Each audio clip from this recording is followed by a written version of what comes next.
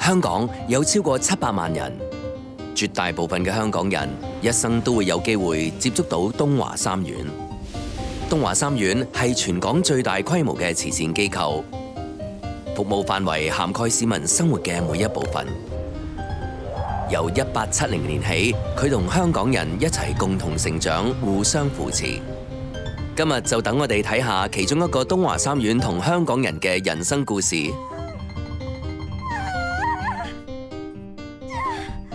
就係呢1分鐘，廣華醫院產房裏面誕生咗呢個小女孩，佢叫華華。華華嘅故事亦都係東華三院嘅故事。佢媽媽係東華三院幼稚園嘅老師，所以華華有時唔知叫媽咪好啊，定係叫 Miss 好。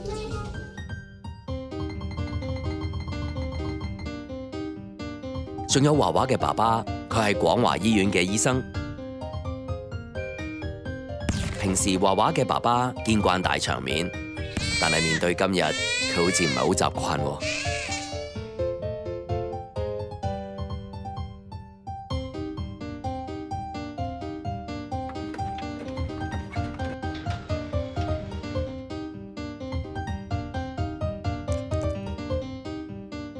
4歲嘅華華覺得個世界好大，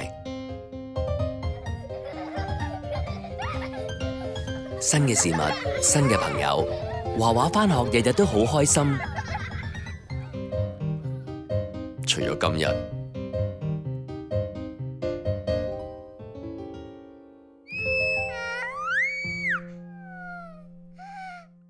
嗰日佢識咗東東，之後仲成為咗好朋友。有次華華發高燒啊，佢又返嚟熟悉嘅東華，喺醫生同護士悉心照顧之下，華華好快好返。出院之後，仲加埋中藥調理，好快恢復健康。東華三院嘅中醫醫療服務包括自行研發製作中藥外用及保健產品、中醫外展服務、流動診所、中央煎藥中心，隨時網上預約送藥。苦口良藥又唔係一個幾歲嘅細路女可以明白嘅。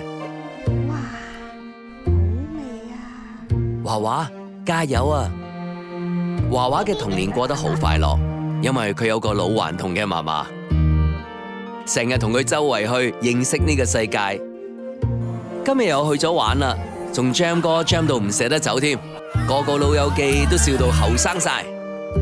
東華三院社會服務為家庭、兒童及青少年、殘疾人士及長者提供多元化嘅福利服務，以求達至優質照顧、全人發展嘅服務目標，幫助市民安居樂業、各展所長。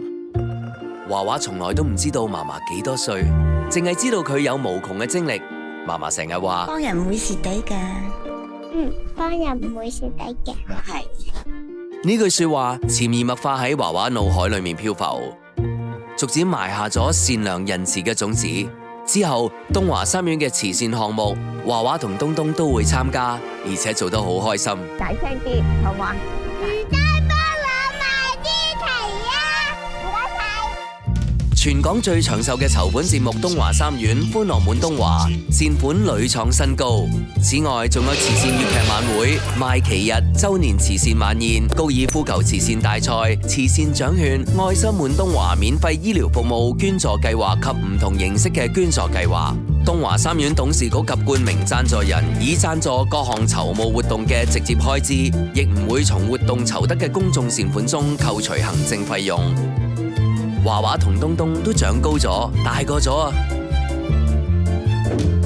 學校仲會帶佢哋走出校園，例如去到環保村，睇到東華三院積極幫助建構緊更美好嘅香港。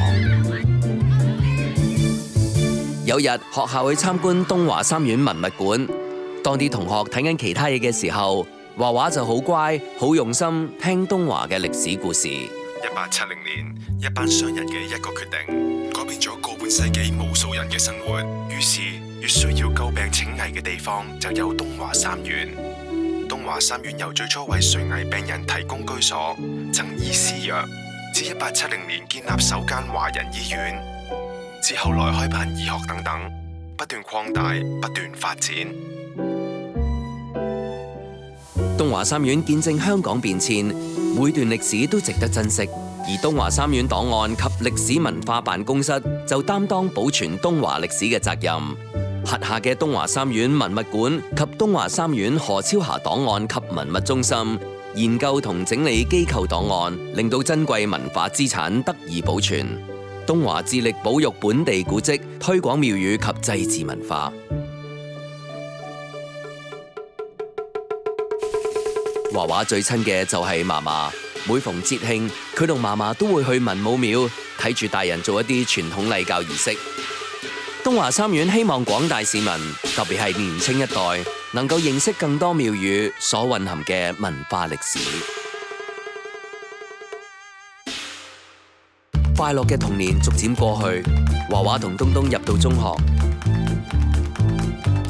兩個年輕人對所有活動都感到十分興奮，朋友就越嚟越多。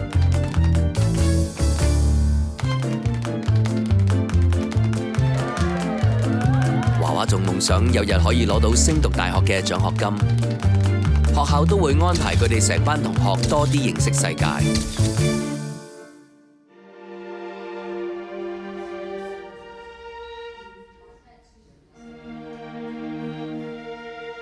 冇幾耐，華華經歷年少人生最傷心嘅一次。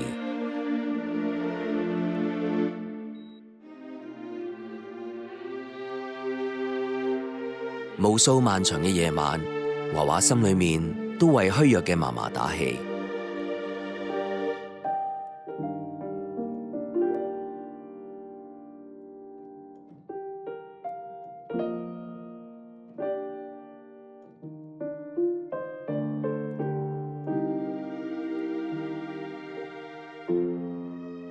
照顧者從來都唔容易，但係總有人喺電話嘅另外一邊陪伴住華華一家。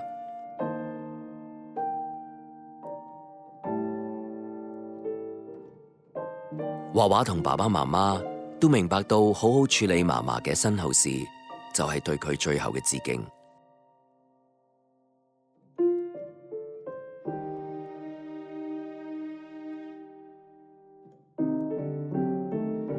東華三院照顧人生每一步，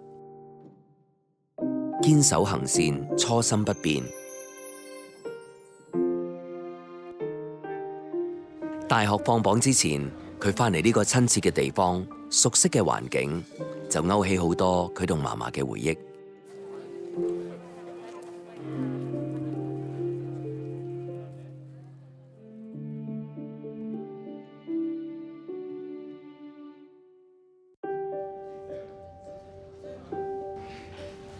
由嗰日開始，華華覺得自己大個女啦，要做個更好嘅自己，用自己能力幫助有需要嘅人，就好似嫲嫲同東華三院咁，係東華三院嘅慈善精神帶領住佢一路成長，推動佢一路進步。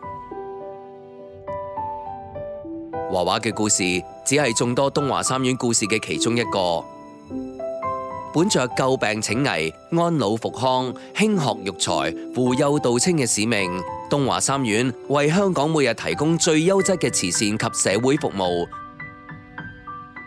作為香港歷史最悠久嘅慈善機構，東華三院依然年輕，與時並進，開拓及優化各類適切服務，與香港人一起經歷過去，珍惜現在，開創未來，一直與你同行。